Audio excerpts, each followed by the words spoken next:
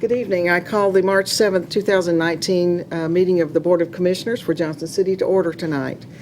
Commissioners, it's a real honor for me tonight to introduce our pastor who's going to do our invocation. Reverend Burns and I went to high school together, and Reverend Burns, you probably never imagined back in those days I would ever be mayor, and I never imagined you would be a pastor.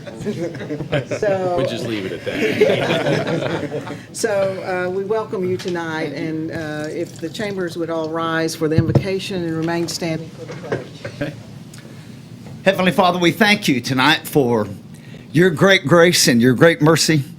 Father, we thank you for the fact that you are imparting wisdom to our mayor, our vice mayor, all of our commissioners, our city staff, every worker. Father, tonight we thank you for your hand of blessing upon this community. And Father, we ask you that you would cause your peace to reign and rule in our hearts, that you would cause unity to abound in our midst. And for that we give you honor tonight and praise in Jesus' name. Amen. Amen. I pledge allegiance to the flag of the United States of America and to the republic for which it stands, one nation, under God, indivisible, with liberty and justice for all. Thank you, Mr. Stahl. Welcome to the meeting tonight. Thank you, Mayor. To help guide us through there. I do believe we have some changes to the agenda, so I'll go ahead and address those first. Commissioners, we have an item under the other agenda, which is a consideration for approval of a materials agreement for Johnson City Center. It really should have been placed on the consent agenda, so I will just go ahead and make the motion that we move that to the consent agenda under general. Second. Is there any further discussion on that? Okay, Ms. Jennings. Commissioner Calhoun? Yes. Commissioner Fowler? Yes. Commissioner Hunter? Yes. Vice Mayor Wise? Yes. Mayor Brock? Yes. Then we have a request from Mr. Peterson to add an on-premise beer license application to the agenda for Play It Again, located 1805 North Roan Street, Suite G9. Have a motion to add that? Move approval. Is there a second? Second. Any other discussion on that? Ms. Jennings? Commissioner Calhoun? Yes. Commissioner Fowler? Yes. Commissioner Hunter? Yes. Vice Mayor Wise? Yes. Mayor Brock? Yes. And Mr. Stahl, where shall we insert that? I would recommend that following street closures and before the consent agenda. Okay. You remind us, okay? I will. Okay, very good. Okay, I'll turn it over to you. Thank you, Mayor.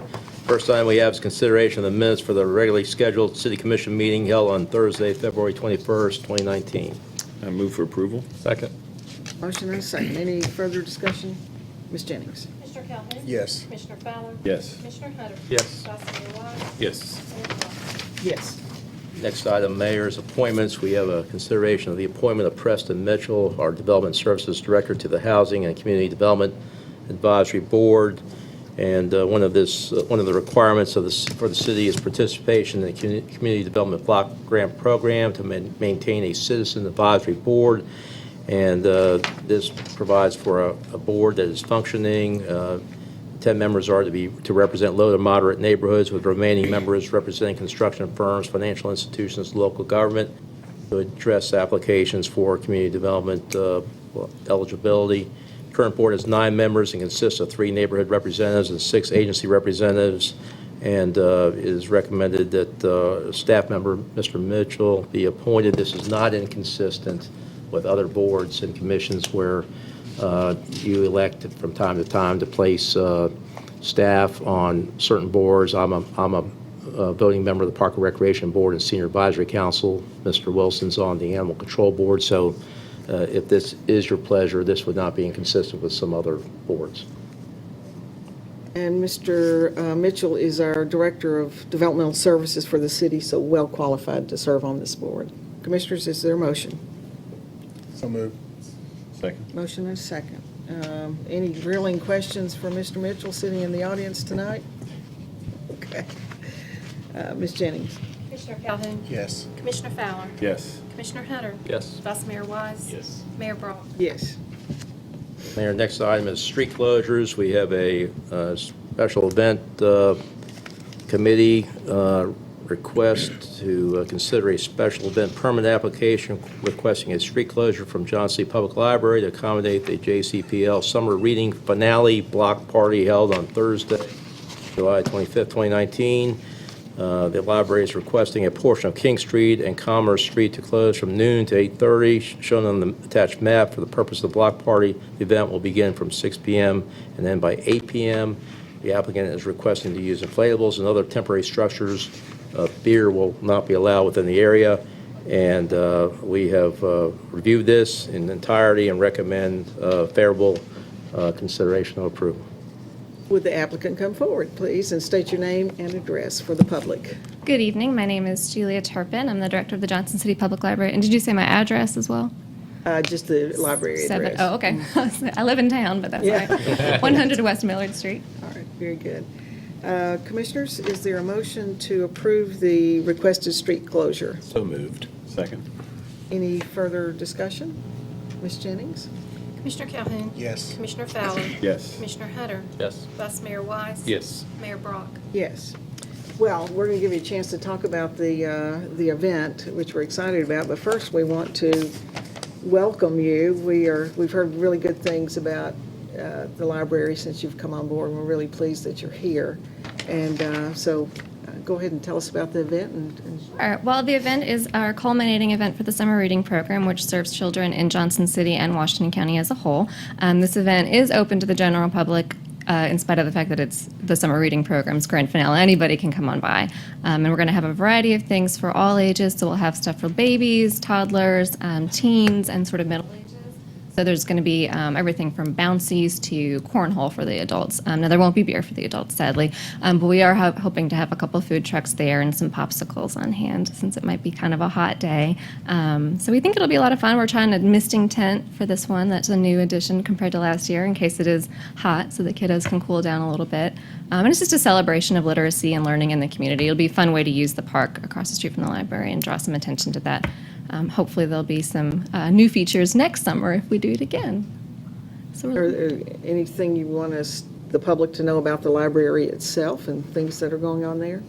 Well, it's wonderful to stop by and see what we're up to. We enjoy really great foot traffic and throughout the winter months, so we hope people will stop in and see us. We've got a whole slate of great programs for kids in particular right now. We're doing weekly evening story times for parents who work, so folks that maybe can't get there during the daytime hours can come in the evenings on Monday nights at 6 o'clock and do story time with their kids. We're doing bilingual story times, so we're trying a lot of new things to try to incorporate different community members into our programming.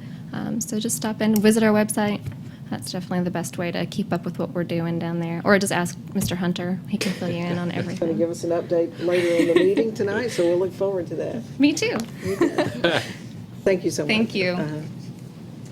Next item is the item added to the agenda, which is licenses. We have a request for consideration of a beer license application for Do Ron Incorporated, doing business as Play It Again, 1805 North Rhone Street, Suite G9, Johnson City. And this item is for consideration of a Class 3 on-premise beer license for Do Ron Incorporated, doing business again as Play It Again.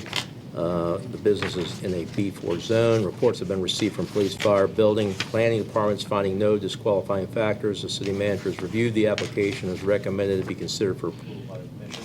There's a current business license on file. The applicant has been informed of mandatory presence at the commission meeting and of the time and location set for this application's consideration. So this is before you for consideration.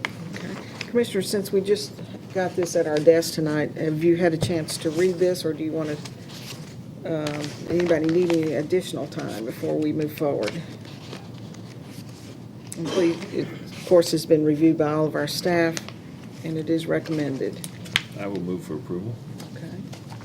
Let's have the applicant come forward, please. We have a motion to approve. Is there a second? I'll second. Okay, a motion and a second. Before we vote on that, sir, would you state your name and address, please? I'm Ron Hensley. I'm president of Do Ron Inc., parent company of Play It. We're doing business here in Johnson City as Play It Again. I'm kind of a local boy here. I live in Elizabeth, but Do Ron Inc. Main headquarters is in Gatlinburg. Have you read the rules and regulations of serving and selling beer in the city of Johnson City? Yes, And do you agree to abide by those rules? yes. Okay, very good. We have a motion and a second. Is there any further questions to our applicant tonight? Okay. We were just asking if they had any questions. I'm kind of hard of hearing. Okay. Ms. Jennings? Commissioner Calhoun? Yes. Commissioner Fowle? Yes. Commissioner Hunter? Yes. Vice Mayor Wise? Yes. Mayor Brock? Yes. You want to tell us a little bit about your establishment? Okay. Well, I've been in the amusement business since the 80s. I'm not going to go quite back all the history, but the establishment here is, at Play It Again, is a retro arcade. If you're not familiar with what a retro arcade is, we refurbish a lot of the old, the Pac-Mans and the Galagas. They'll look exactly like what they did in the day. You don't put coins in, you pay an admission, and everything's on free play. We currently sell a lot of snacks and a lot of the retro bottle drinks, and we just wanted to add beer to that. Well, this crew up here will know some of those retro things, right? Except for Mr. Hunter over here. Mr. Hunter. We'll teach it. Well, good luck to you. All right, thank you so much. Thanks. Thank you. Did you, I apologize, was a vote taken? We did take it, yes. Okay, Yeah. good, sorry about that. Just want to record that. Next item, Mayor, is the consent agenda for your review and consideration with the addition, of course, of the materials agreement. Correct. Commissioners, would you like to pull any items? Commissioner Calhoun? No. Okay. Vice Mayor Wise? No, ma'am. Commissioner Hunter, anything to pull? No? Commissioner? None. Well, I'm going to break the record here, just really for public interest, and also, I think of one of them on Commissioner Calhoun and Hunter's benefit. We'll do A3, A4, and A6.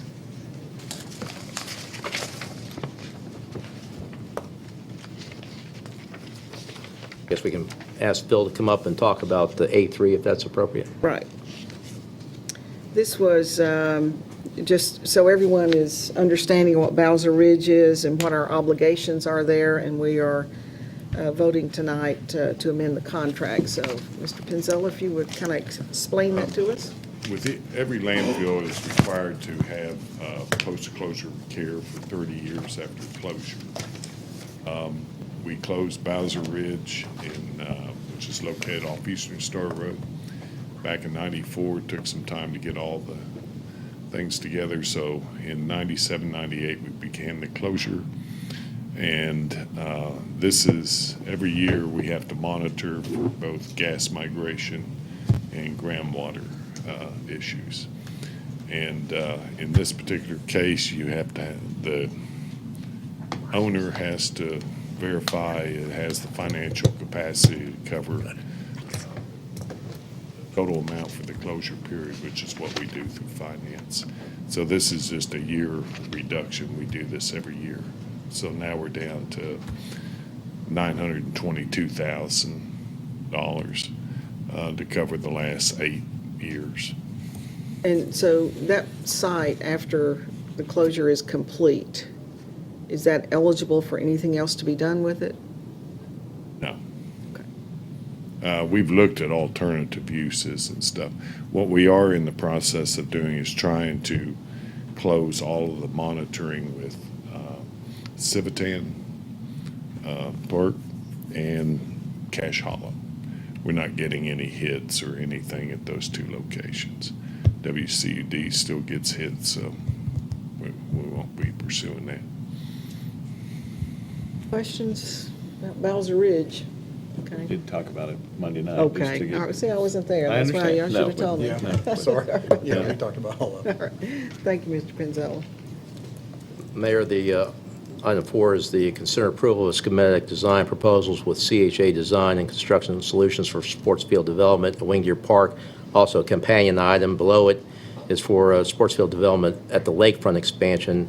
And just before I'll call probably James Ellis up to elaborate a little bit, but I just want to give you an overview. This This came into fruition over many years and meetings with the Park and Recreation Board, conversation with Convention and Visitors Bureau and other groups, and it was recommended by the Park and Recreation Advisory Board that the City Commission consider looking at field expansion for a variety of programming, not only existing programming that is within the city by and for the citizens of this community, but also for the possibility of attracting events to the community that would be appropriate for these ball field sites. And so what you have before you is a recommendation to move forth with the design, schematic design, as well as a concept plan for both the newly acquired 37 acres, which you acquired last year adjacent to Wing Deer Park, and also the secondary part of that is a rectangular field development on the lakefront beside Carroll Creek Road.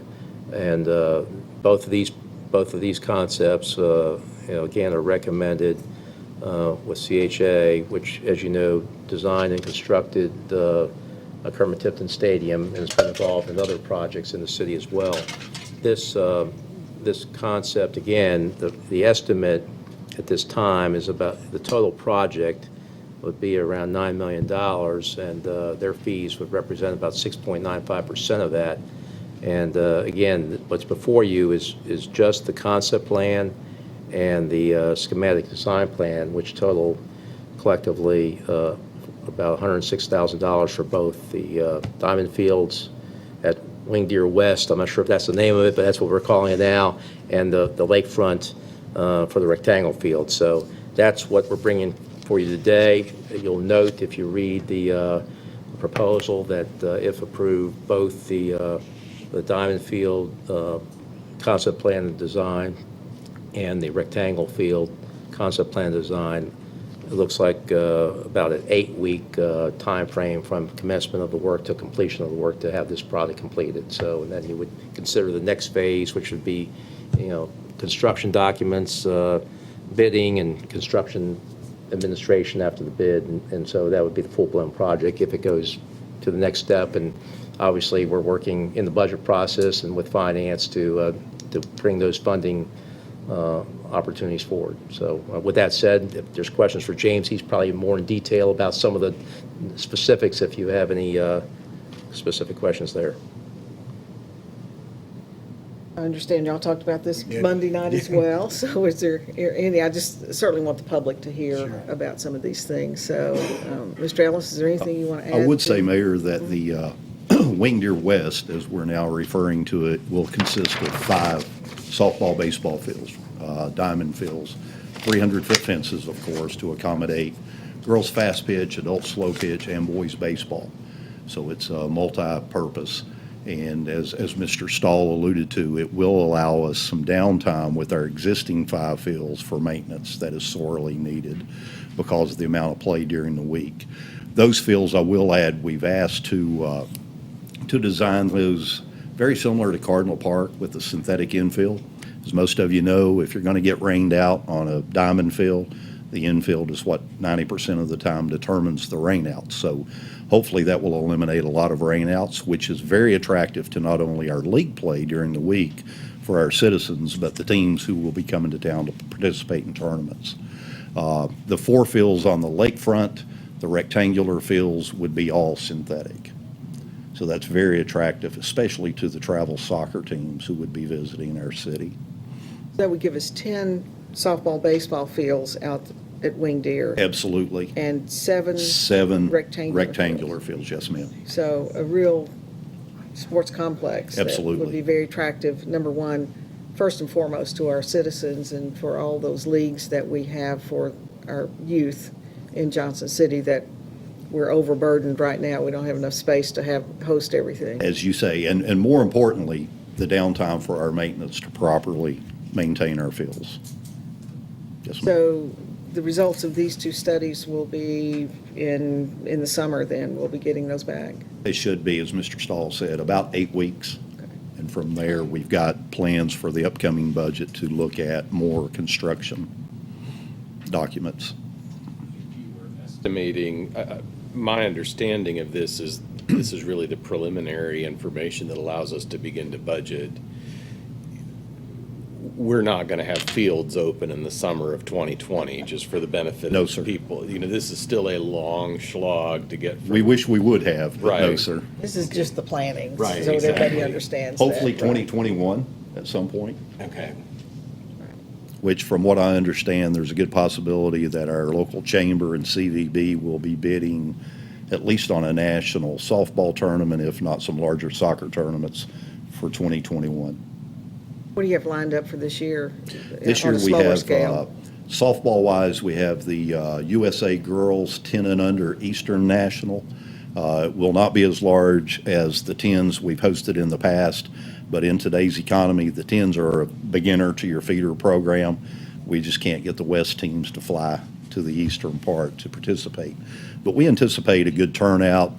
Those are week-long events, of course. We're very optimistic with the number of travel soccer organizations now in the area that we'll see additional soccer tournaments. Any questions? Thank you, Mr. Ellis. Thank you. Mayor, that brings us to the next item that was pulled, is item 6, consider changes to Liberty Bell Middle School project and the use of future PEP bond funds as a funding source.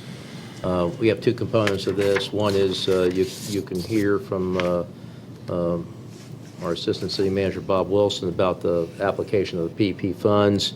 And if you have any questions beyond that, as far as the project itself, Randy Trivett is also here to comment on anything you may have I questions thought this about. would be good as well, Mr. Trivett, if you can just inform the public on why we are having to increase, why that project has, the cost of that has increased, and just let everybody know what's going on, and then how we're going to fund this.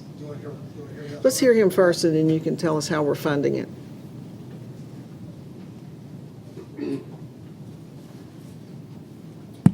Thank you all for giving me an opportunity to talk about this.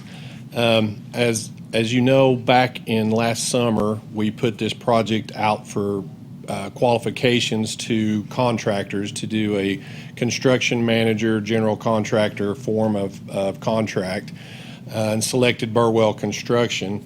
They worked with the architects at about 50 to 70% of drawings completion, and come up with a guaranteed maximum price of $8,350,000.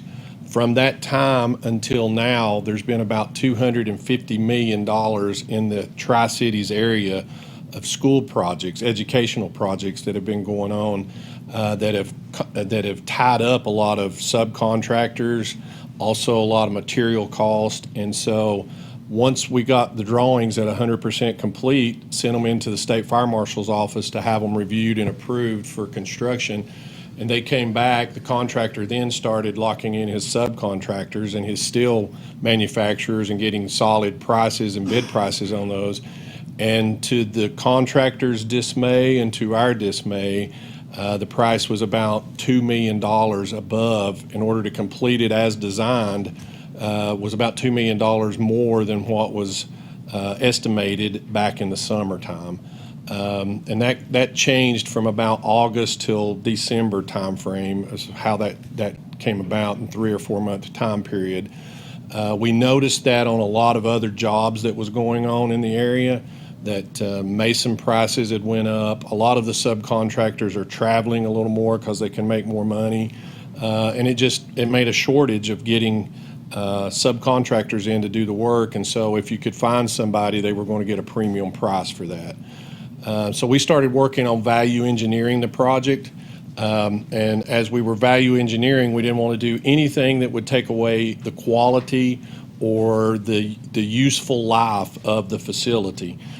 So we wanted to make sure that we were doing things that were planned in the past, like tying into the existing chiller plant so that there would be less maintenance and more longevity into with the HVAC systems in the facility. Also, the way the exterior finishes were going to be done and the interior finishes. But as we were looking through, there were things that we could live with that would reduce that amount and that price down, such as taking away porcelain tile and using polished concrete and things like that to make it a durable, long-lasting finish on the inside. After we went through those things 3 or 4 times, narrowing that down, we come up with about $852,000 of value engineering that we could reduce off of that cost from the way the specs were, and they were acceptable value engineering costs. And so once we did that, that got it down to where there was about a $1.3 million difference in what we had originally budgeted for this project and what was actually going to be the actual cost to complete the project. So that's why we're here asking you all to consider that. We did have a school board meeting this past Monday. The school board looked at a couple of exterior elevations to see about the concrete panels, that we discussed on the value engineering versus the all brick. They all liked the all brick solution much better as far as a street appearance. And so they voted to recommend the value engineering that we had listed at the $800 and some thousand that's before you tonight. They voted that that's an acceptable value engineering for them, and also voted to continue to move forward and recommend to you all that the additional funding be added to the project to get it completed. As far as the construction project goes now, they're actually digging for the foundations and digging for there's 2 levels, there's 2 elevations where the cafeteria will be, and then there's a basement or an unfinished space that's under the gym floor. And so they're digging all that out, getting that set, bringing in shell and compacting that. We've had some soil issues, so we've had soil engineers out there currently coming up with new ways of what we have to undercut and backfill, and additional rebar, additional reinforcements, additional concrete. All that's coming in, but right now, all that's being paid for by the contingency that's on the contractor side. If you all choose to approve this funding mechanism and this additional $1.3 million, there's a $350,000 contingency that stays on the owner's side for any of those unforeseen circumstances as we progress farther. I'd recommend us keeping that in there and not using it to offset the cost, because we're still not out of the ground and we don't know what's happening. They actually did hit a sinkhole in one of the corners. It's not a very large one. The soils engineers got it to where they can fill it in with larger rock and put some flowcrete in it and some geotech mat and take care of it. So that's kind of where we're at on the construction side. They still have the same number of days in the contract to complete the project, which should be sometime in May of 2020. Yeah, May of 2020, to get my head straight. So they should be finished sometime then without any delays, so that the school can take over and open it up for fall classes of 2020. Pretty quick, yeah. Yeah. That's just next year. Pretty good. And we want to thank the school board too. We know they've done a lot of work and extra work to, go through particularly the value engineering list and making sure Absolutely. that it didn't impact the integrity of the And they had a long project. discussion about it at their meeting to make sure they fully understood all the value engineering items that was being deducted and how that would impact the final product. Questions of Mr. Trivett before he sits down? All right. All right, so I think Mr. Wilson's going to tell us how we come up with this extra money then, right? Yes. Well, what's being proposed is we can do a PEP issue next year. That's that quarter-cent sales tax that we have. We have one that will roll off, and we can do what we're proposing is to do a $4 million issue, and out of that $4 million, we would fund the Liberty Bell project with a third of that. We'll take another 1.3, 1.4, somewhere in that range to do school parking lots, and there's a couple of roof sections that need to be completed. And for the other 1.3, we're proposing to do the storage building at Indian Trail and also the science labs at Indian Trail. And that will allow that work to proceed. That work will help facilitate the middle school reconfiguration, and even for some reason, if it didn't work, that work still needs to be done. So it will help with that. And this was presented to the school board, and they agreed that the spending of those funds for those items. That was approved unanimously. And so that will occur next year. And then once we get further along with some of the project and know more of the cost for the middle school concept regarding the fifth grade going back to the elementary schools, what those costs are, get those better refined, and also the cost for the two middle schools. I think the work really is going to be at Indian Trail and not necessarily at Liberty Bell. But once this project gets done, we just talked about, then we can look at ways to fund that. But it's going to be out a couple of years. But once we know those costs, then we can look at options and see how that can be funded. And if there's an opportunity to advance that funding then once we have a good number, we can look at options at that point. Here was the PEP fund set up. You know how long Janet? ago that is? Early 90s, mid to early 90s. 94. And just so the public understands, a quarter cent of our sales tax goes into that fund that allows us then to pay debt service on bonds that Yes. we can issue for school projects or Yes. library projects or things of that nature. And the big, in the last few years, we've done, I believe, 3 issues of $4 million each for 4 years to address school roofs. And by keeping that shorter, it gives us more flexibility, plus we end up paying less interest. There's a big segment of debt that doesn't roll off until 2034. But when we issue this next year or in 2020, then when that rolls off, we'll have an opportunity to do something. If we want to go longer than 4 years, we can. If we want to, once we know the numbers, then we can look at more options. One thing we'll have to keep in mind, though, is to try to keep a little flexibility there. And I've talked to Randy recently about looking at school roof needs and HVAC needs that will fall into that time period before 2034. Because if we use up all that bonding capacity on other school projects, then we don't have any other debt rolling off until 2034, so it limits our options. So all that'll just need to be factored into what we look at and how much we do, and trying to keep a little flexibility in there for unknown items that will come up. This has been a great funding source for us.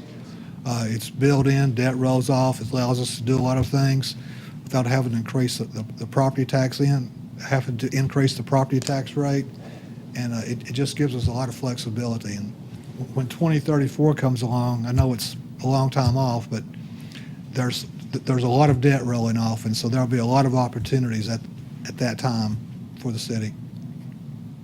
There are already needs in excess of the funding that we have. Yes. Presumably that list continues to grow lest anyone be Yes. irrationally exuberant about the flush of cash that is 15 years away. Yes.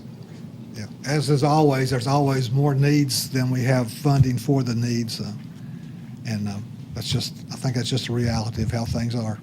Well, to your point, Vice Mayor, schools wanting to move to a 2 middle school model is going to require some capital investment on our parts. And we discussed this with them. That was discussed at the meeting Monday night, laying out the timeframes. So the schools are aware of this issue, and then once we know what we're looking at for the elementary school additions to facilitate the middle school configuration, then we can come back and look at that. And it could be as far away as 2023 at the worst, possibly a little earlier till we get everything we will know. Thank you. Any other questions? It's probably worth commenting just briefly that the problem we're trying to solve with 2 middle schools is that Indian Trail is at 100+% of the capacity that the building will hold. And we're actually holding classes in spaces that were formerly restrooms, formerly locker rooms. And so when they talk about storage, buildings and so forth, it's because there is literally nowhere left to put things. And so if you haven't been to Indian Trail in recent experience, the need that exists there is one that might surprise you. For example, the choir and the band can't have a program together because the volume of families that represents coming for a program exceeds the parking lot. The capacity to host that many people on campus just isn't there. So that's the need. If you haven't been to Indian Trail, that's what we're trying to address. Good point.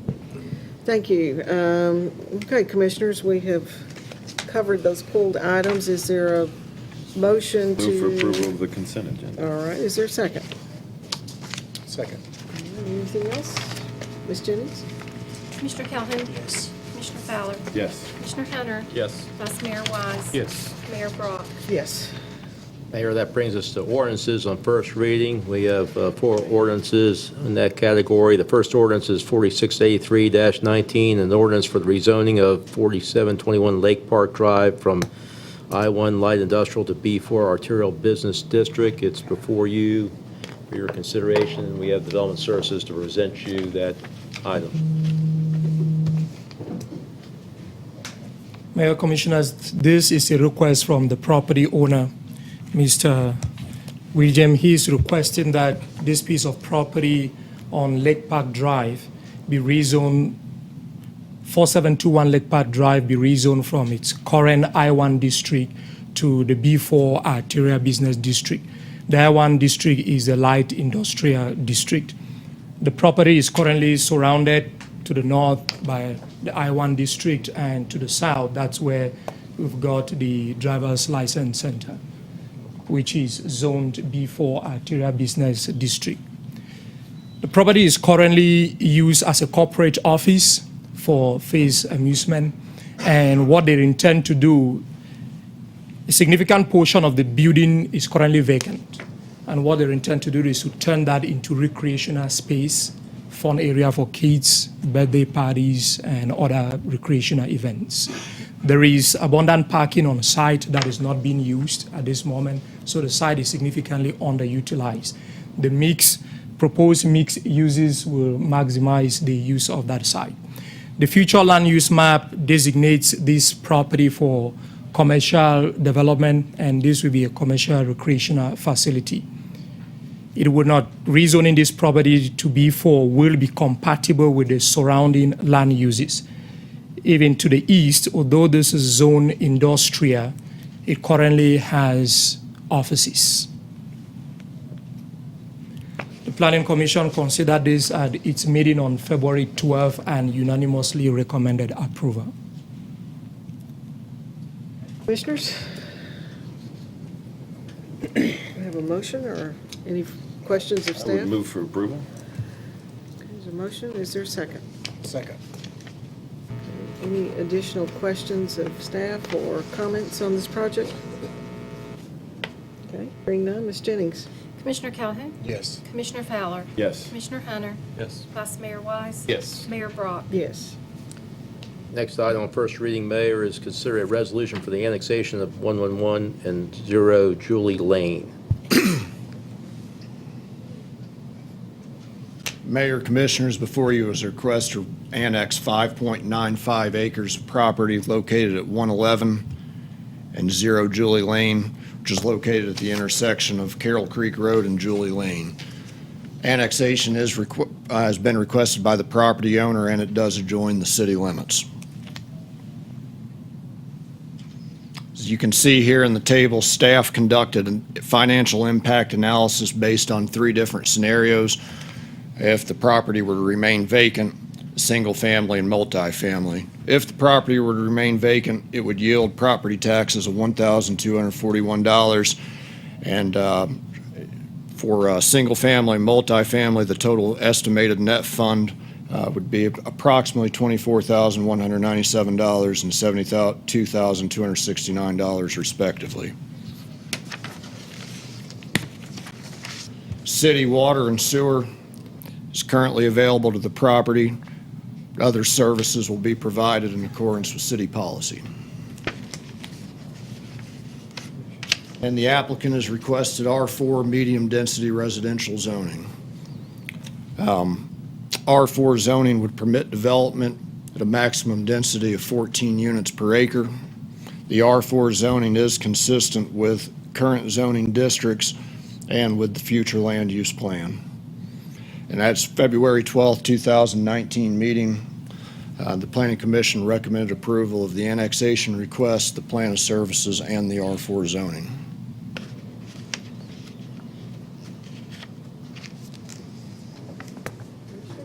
Commissioner Calhoun, you're on the Planning Commission. Any comments on this project? There was obviously quite a bit of conversation about this. There was some considerable support, and then there were some people that had concerns about it, just mainly because of the unknown of what's going to go in that particular area and guarantees. And obviously, there's other things on the agenda that sort of addresses what potentially could go there.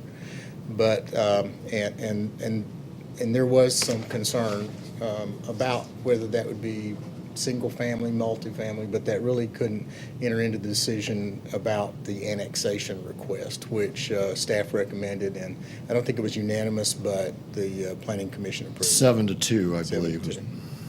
What is the current zoning? Current zoning is A1 in the county. All this county property A1, here is okay. A1, and then it adjoins the city limits, which both have R4 zoning. Right. This is Fountain of Life Church. Yes. And this is a PUD development, which is single family, but being a PUD, they're able to utilize the maximum density allowed by the R4 zoning. In the county, A1 or A4? A1. A1. What all can go on that now? Single family, but no multifamily, I don't believe. No, but you can have commercial uses in County A1, a gas station, Yeah, that's what I'm certain talking about, markets, yeah. a dollar store. I mean, there are a lot of things that can happen in County A1 that are far more, intrusive than Cows. Cows for certain, but then, a higher density residential. And as far as that density, we can talk more about it at the second reading, I suppose, but this area of the annexation, this lot, which is 0 Julie Lane, is situated in a floodplain. Doesn't make development impossible, but it's probably likely to limit the capacity that they would actually develop. Commissioners, your preference? Is there a motion? I'll make a motion to approve, since I was on the Planning Commission and supported it that time. Second. And a second. Any further discussion?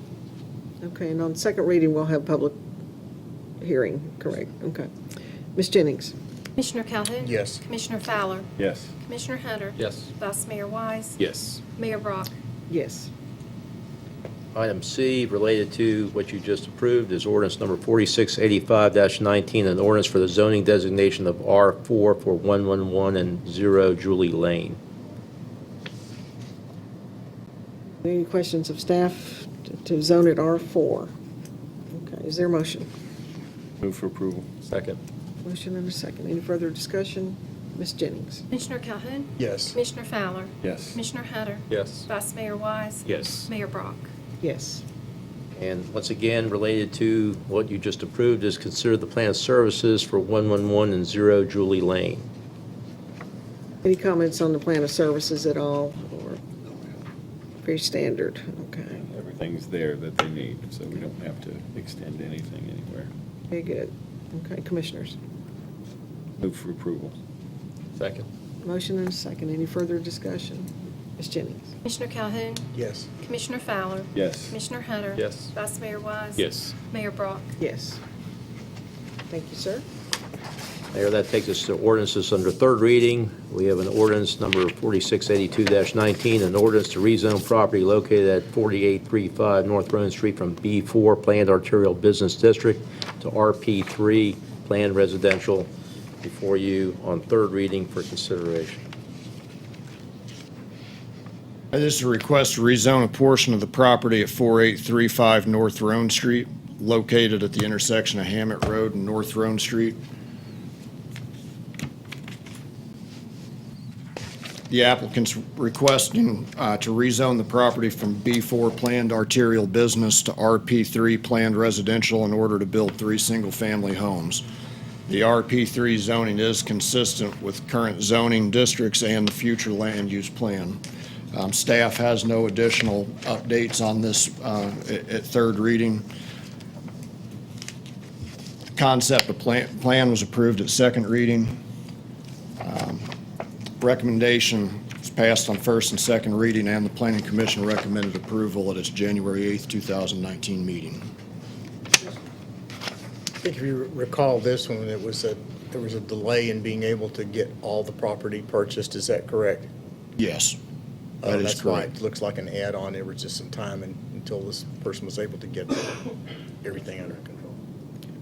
Be good. Move to approve. Is there a second? Second. All right, any further discussion? Ms. Jennings? Commissioner Calhoun? Yes. Commissioner Fowler? Yes. Commissioner Hunter? Yes. Vice Mayor Wise? Yes. Mayor Brock? Yes. That takes us to ordinance number 4684-19. This is a public hearing, an ordinance to rezone a parcel located at 220 East Millard Street from B3 supporting Central Business District to I-1 Light Industrial District. Again, this is a public hearing. Thank you, Mayor, Commissioners. As noted, this is the third and final reading for this requested rezoning. A little bit of a change here in terms of where the public hearing occurs. You've already passed this on first and second reading, so tonight is the request for the public hearing. The request here is to rezone the property as noted at 220 East Millard Street, located here, surrounded by 3 streets, that being Millard, Elm, and King, here adjacent to or just across the railroad tracks from Water Street. It does contain a 65,000 square foot industrial building existing on site with on-site parking and warehousing associated. The request, as noted, is to rezone the property from B3, which is supporting business, to the light industrial designation. If this property was rezoned to light industrial, it would create somewhat of a peninsula here because it is adjacent to industrial zoning, which extends from Elm Street eastward over or underneath the interstate. This property is brought to you, or this request is brought to you by the property owner, Mr. Bill Bradley, who is in the audience. This site was originally the Giant Foods warehousing and distribution facility. He purchased this property in 2007, made significant upgrades to the property in 2013 to accommodate the Bed in a Box facility, which has recently relocated to Mount Airy, North Carolina at the end of 2018. So what you have before you today, or I should say Mr. Bradley has before him, but is bringing to you today a 65,000 square foot building that has been upfit for light industrial, and so he is asking for the zoning to match the development on the ground. He is being assisted by NetRep in terms of there is a potential new user and job creator for this building. But it is important to note that you must consider all, and I realize that the term entitlement might be somewhat misleading. Certainly, we don't want to do that. Entitlement does not at all suggest or infer any kind of concessions that are being made. Entitlements, that is simply a term for what are the permitted land uses and what are the land development provisions associated with that property once it gets zoned from one district to another district. So if you change the zoning from B3, all of the entitlements, meaning the land use provisions and all the development provisions in that district, would go away, and all of the land use provisions associated with the light industrial would come into play. We'll take a quick walk around the building. Here is the front of the building. I'm standing here on Millard Street. My back is to the interstate, so you're looking kind of towards downtown. You can see the very top of the John Sevier building right there. So this is the front entry. This is the on-site parking, and you can see the loading bays there. This is looking towards downtown, down King Street. and this is looking the opposite way down Millard Street with my back to Roan Street. You can see the Quantum Leap, which is the adjoining facility to this building, here on the right-hand side of the photograph.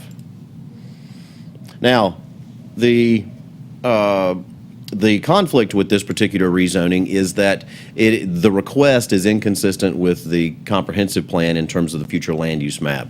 The future land use map recommends downtown business, which that recommendation calls for the traditional mixed use, mixed environment, multifamily, retail, cottage industry type of thing that you find in a traditional fine-grained downtown environment, very much like what you find in our own downtown along Main and Market. The map here encourages that development type to extend up to the north over Water Street and over King and into this area to the west, or I'm sorry, to the east of Roan Street. I will say that this entire area on the north side of Water Street is already developed. There is virtually no land available for development unless it would be torn down and redeveloped. And so that said, you have two major institutions, that being churches here in this area, in addition to a smattering of residential, but primarily office support, business support type uses, in addition to the school that we were talking about earlier. But again, this building does exist. It has been upfit in 2013. Staff does recommend that light industrial is the most appropriate zone for this, and staff recommends approval in addition to your Planning Commission on February 12th at a 7-2 vote. Thank you. And Mr. Mitchell, it has been functioning up until recent months as basically a manufacturing kind of facility. It was, yes. Bed in a Box, they were assembling the beds and then they were selling them out of a small showroom that was built into the facility. The reason why they were able to function in the B3 is because there's a little wrinkle in the B3 that allows for cottage or neighborhood manufacturing, small scale manufacturing. I realize 65,000 square feet is not really small scale, but when that manufacturing is associated with some retail front. And so trying to think of another example on the fly here. If you were to think of a candle maker or somebody who makes wreaths or other things like that, small scale, they might be manufacturing those things in the back and then selling them out front. That was really the intent behind the B3, but it fell within that because there were no square footage limitations. Now that they're out and there's the possibility for a new light industrial user that doesn't have a retail component, they generally are going to wholesale. The building is ready and waiting for that kind of user. Very good. Well, let's open the public hearing. Thank you. I'll open the public hearing. Is anyone here who would like to speak for or against this rezoning? Okay. Seeing no one, I'll close the public hearing. Commissioners? I would move for approval. Second. All right, motion and a second. Any further discussion? Ms. Jennings? Commissioner Calhoun? Yes. Commissioner Fowler? Yes. Commissioner Hunter? Yes. Vice Mayor Wise? Yes. Mayor Brock? Yes. Mayor, that takes us to our item other, capital projects update with the Public Works Department.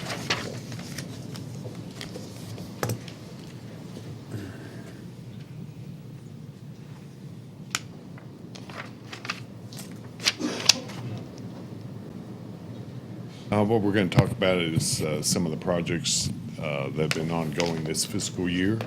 We'll talk a little bit about some of the projects that will be coming up shortly, and then show you a little snapshot of what we have planned for the next fiscal year.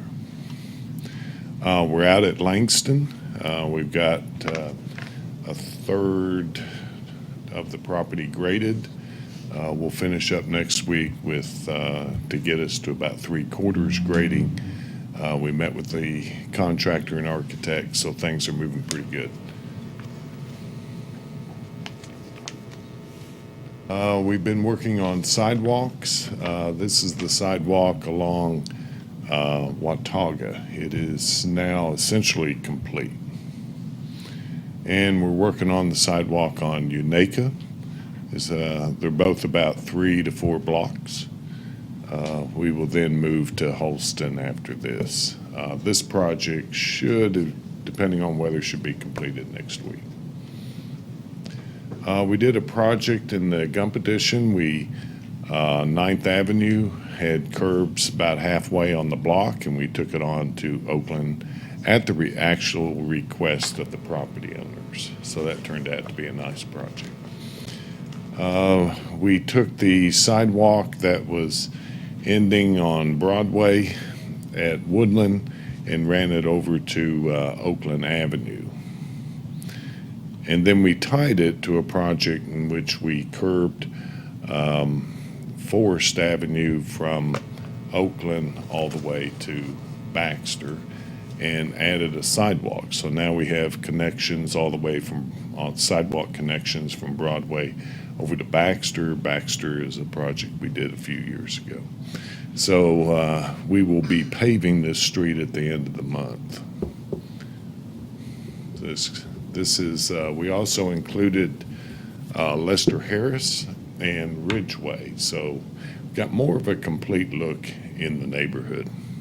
Project actually began about 20 years ago by eliminating bad ditch lines, but we designed it in such a way that we could come back and put curbs in at the appropriate time, which is now. Sort of just gives you an idea what it looks like. This is at Ridgeway looking east.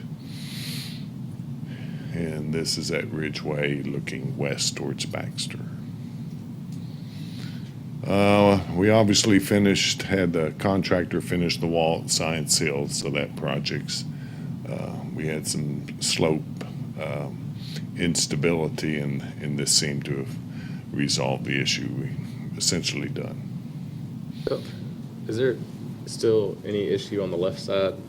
Yes, the contractor, we're still holding half the retainage, and we're waiting for him to come in, finish the stabilization, but it's rained, you can't do anything, so it should be finished in the spring.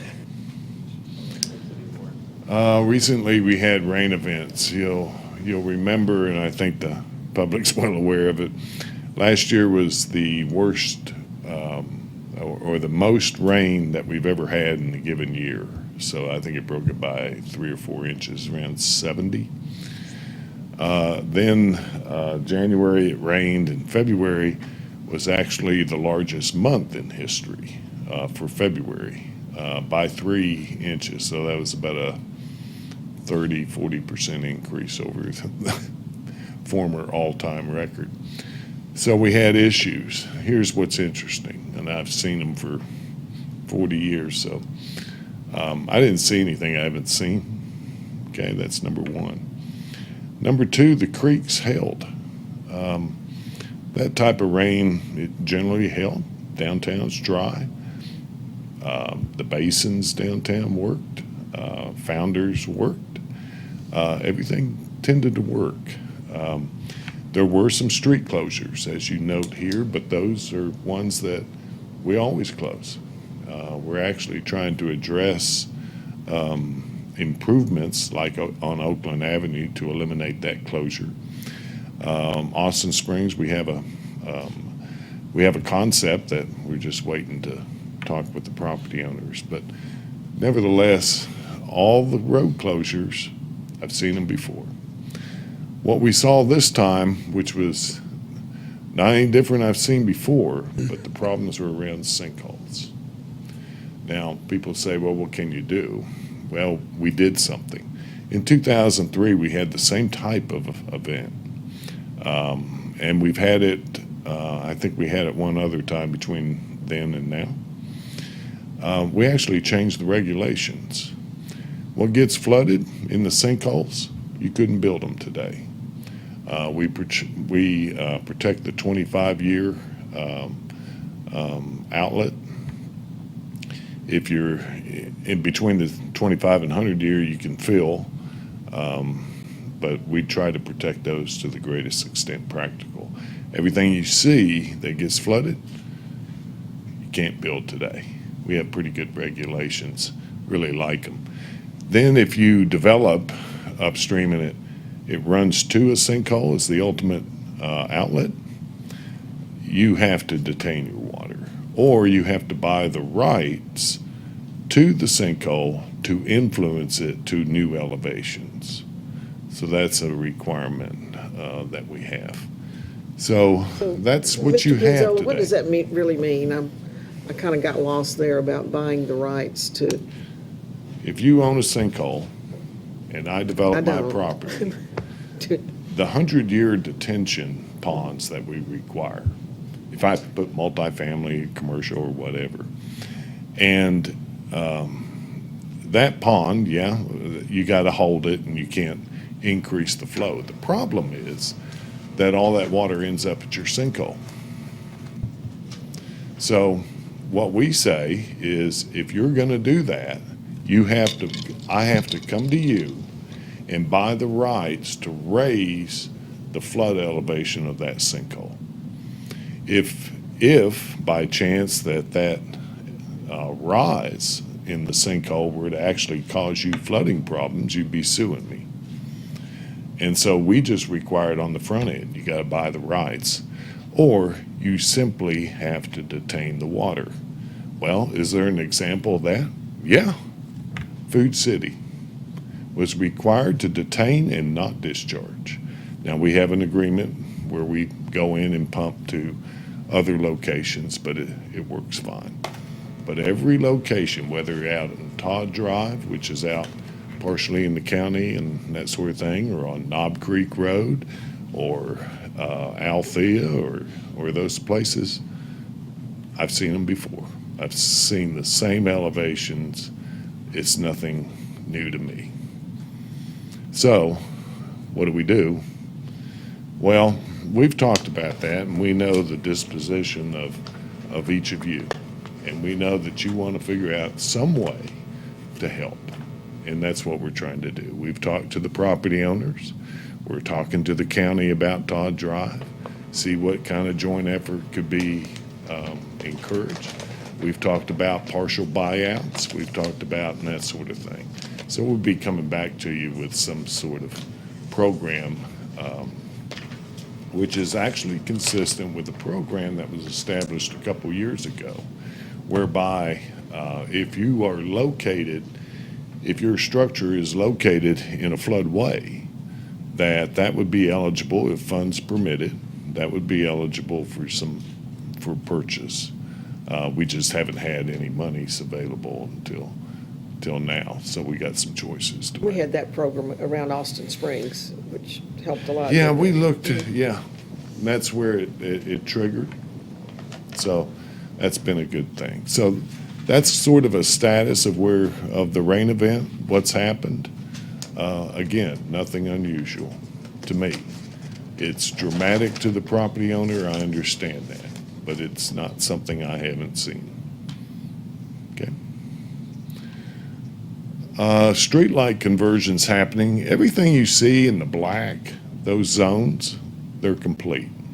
So if you look at the black, you're over halfway through the power board, or Bright Ridge is over halfway through the streetlight conversion from high pressure sodium to LED, and rate structures change because of the way the billing happens, but it's tending to balance between the new rate for the capital and the savings in the power cost, which is what they projected. It's just that the rate structure has changed, causing us to have to go up on the budget. So our savings on power costs are going to help us with the capital needs to make the conversions. It's what they were projecting was a balance between the two. It's hard for us to see because, say in January, I had those were pretty high rates, and the rates are based on the highest usage of the community. And so it's hard for us to see, but the rate structures, they just bounce all around based off that highest use. Okay? It's a good program. This is the second major change out of, see? We obviously finished Indian Ridge and State of Franklin. This was a great project. It's well worth it because it cut out a lot of delay, a lot of queue lengths. Everybody can get through on one signal. In fact, and this was the last of the 20 signalized intersections that we've gone in to actually renovate and add capacity, et cetera. The 19th was Walnut Street, achieved just as remarkable improvements as this one. Great project. And associated with development. Here's a project. This is the Boones Creek interchange. The bids come in March 29th for this project, so we're going to see a couple of years of construction in this particular area to add capacity, make it a lot safer, et cetera, et cetera. Why is it important? Again, there's 2,000 vacant acres in the Boones Creek corridor and 2,000 vacant acres based on type of use that we would project separated by the railroad tracks. It's about $1.5 billion of a potential investment. And we're not getting much because of the interchanges that exist today. We had one of the top 5 developers in the country here in 2006 and really went to town on the property that is right in this area that's trying to be sold. And they were ready to go, but you had to do something with the interchange to get that going. It just is an inhibitor to good development in that area. Now, will it occur or not? I don't have a clue. But I do know that pretty much it won't occur if we don't do something, and this is the project. But there's another project associated with it. You just annexed or rezoned this property up here. They were complaining about access because we're going to eliminate left turns into Lake Drive. So they want an alternative, and the alternative that we came up with was actually the yellow, okay? Now this yellow goes through the hospital, and the hospital will donate the property. It will then go down Christian Church, and the reason we want to expand Christian Church is there's a major development going where the arrow is, 1,500 jobs. Well, this tract, 42 acres, okay, that's a lot of talk about what that's going to be. Could be a campus, healthcare campus, that sort of thing. And then this area back here is now being discussed to have 5-acre tracts for small development. We simply expand the road. Well, that's 40, 80, almost say 100 acres just right here. Okay, when we talk about this project, we were talking with the state, who's supposed to get me the numbers so that we can get it back to you. And that's a $500,000 estimate on our part, $1 million on part of the state, and $500,000 with the county. When you look at $100 million, take 1.6% of it, and that gives you the taxes. So the taxes are going to be at 1.6 million. Half of goes to the county, half to the city. That's a pretty good return on building that project and with the job creation, et cetera. How much of that property's in the city out there you're referring to? Any of it, or is it all county? This is in the county, and this is in the city. Okay. Christian Church Road kind of divides it then? Yes, Christian Church itself is inside the city, but we've had conversations. It's a nice little project. We've done that from time to time. Then you have the, what was the group, the Technology Center looking at this building? TCAT. Yeah.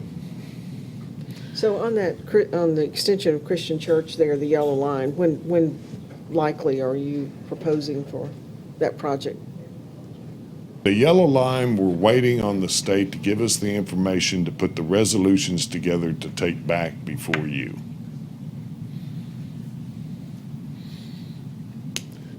Another project, this is the Rotary Bridge. We had to do the design and get it adjusted, and this is what the impact would be in the park and how it would operate inside the park. Plan, or timeframe? Huh? What's the timeframe on that?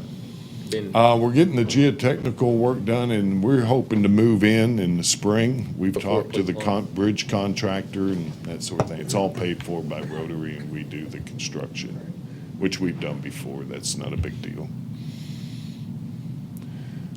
This is the Sesquicentennial project. We're going out, we advertise next week and get bids back. Hopefully you'll be entertaining the project in first meeting in April.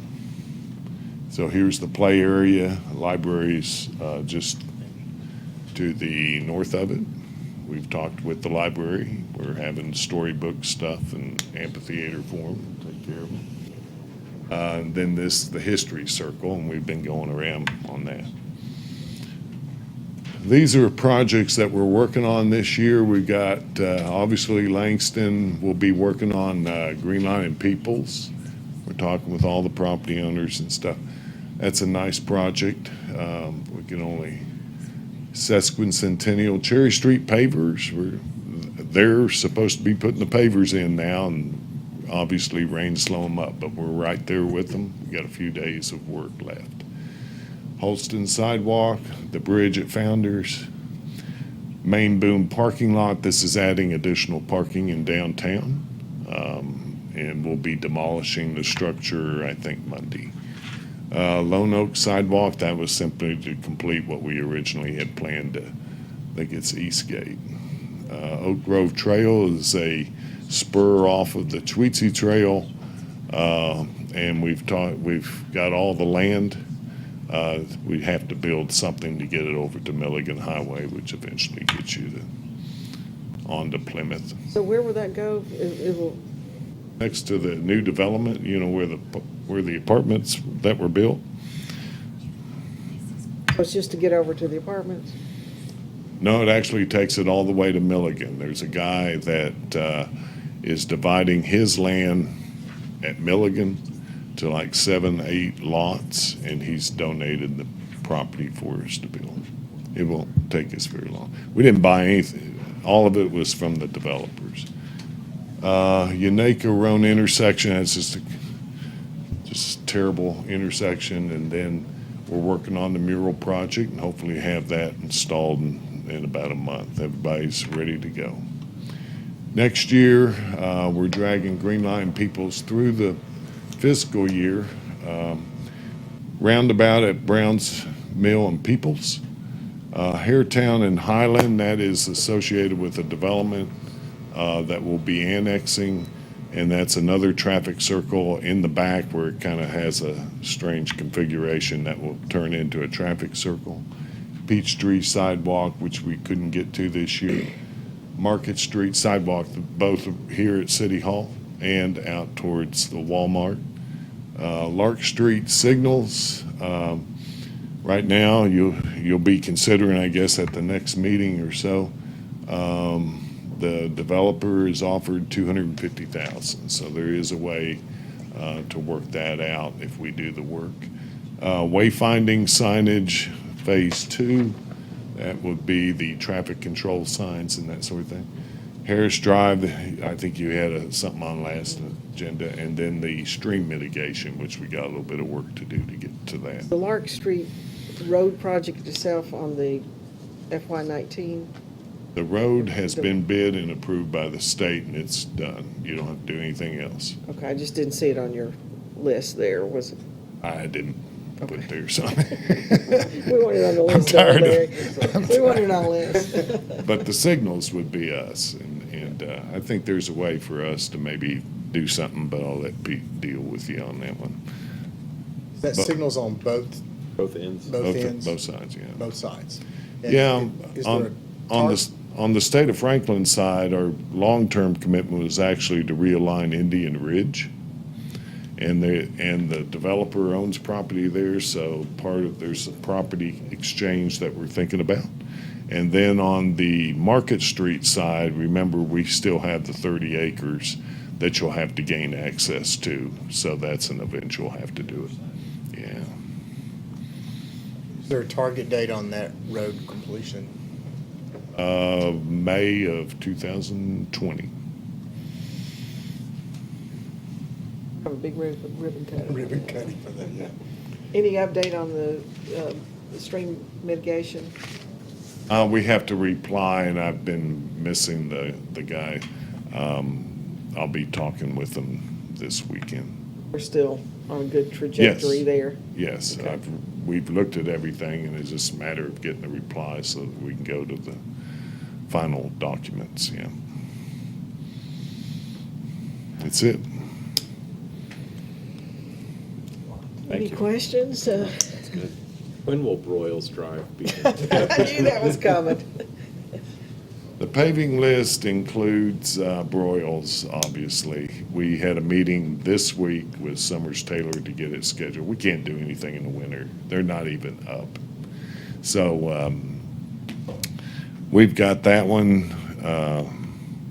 We've got everything on Forest Drive in the Gump Edition. In fact, we're doing most of all the Gump Edition. We've got Knob Creek from Boones Creek. Hanover is on that list. Market Street, if I can I got a lot of curb work to do right out here. We've got Market Street all the way through. And then we move into the next year. So hopefully we can get all that done. We're only about halfway through on the paving, got $1.5 million left.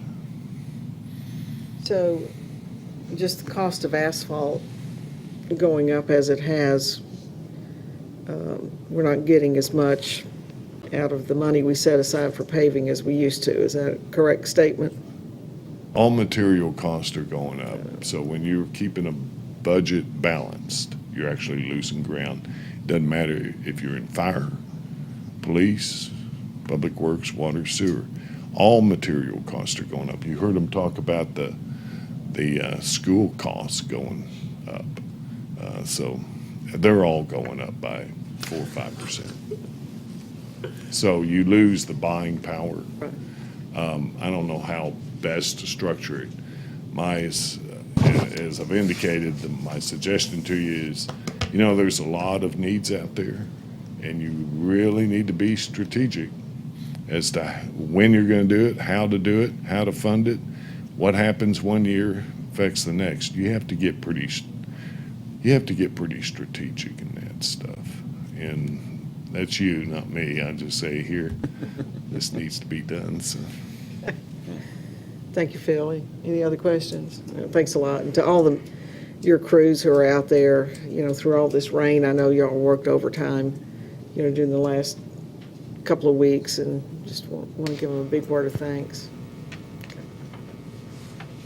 Mayor, before we hear from Matt Manley on Development Services, when you were voting on the third reading of Ordinance 4684, the rezoning on Millard Street, I noticed a discrepancy in the caption on third reading of located at 220 East Millard Street from B3 to I-1 Light Industrial District. And I'd read the ordinance, and it says 122 East Millard Street. So the address was different between the ordinance and the caption. And it's my understanding, and I'm going to ask Mitchell to address it, but Preston to address it, but I think the property, the map description is accurate, but it was a typo in the address. Am I right? Correct, yeah, and this is entirely my mistake. The ordinance, first of all, I appreciate Mr. Stahl bringing it to my attention. I pulled the ordinance and verified that the parcel ID itself, which is that's the most important number, because that's the ID number that references the legal description on the parcel. That has been correct through the entire thing. So the parcel ID number is correct. It's just that the address in the title of the ordinance needed to be 220 rather than 122. Everywhere else it is reflected as 220.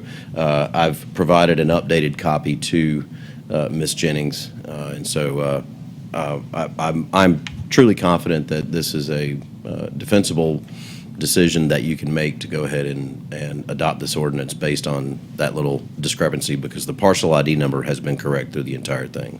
Do we need to amend, Yeah, well, when just- we do something on a vote, just Yes, to well, make sure? just to be safe, I would recommend you adopt this ordinance again on third reading. There's been a public hearing, as he's indicated, the map and parcel correct, but just to clarify, and the correction of the ordinance will be to state 220 East Millard Street. Correct. Instead of what's stated there. And I noticed you all are about getting ready to move, and I just want to make that statement before you all left. So I think it's appropriate to vote again on third reading with that clarification. Ordinance number 4684 to rezoning property, which again has been through public hearing to just clarifying the address at 220 East Miller Street. Thank you, Mr. Stahl. So will this vote negate the previous vote, or do we have to? Or is this just an amendment? I would Robert's rule of. Well, good question. I would, to be safe, essentially rescind your prior vote on third reading and just restate it to include the correction of 220 East Millard Street, just to be clear. Move for approval of the new reading. Okay, well, we need to rescind the other one first, Well, or, I mean, I think think that's what his the motion motion is, is to rescind doing it to and rescind vote and on replace it the with new- the corrected Okay. caption. Yeah, that get a would work. twofer out of it then. Okay, so go ahead and restate your motion.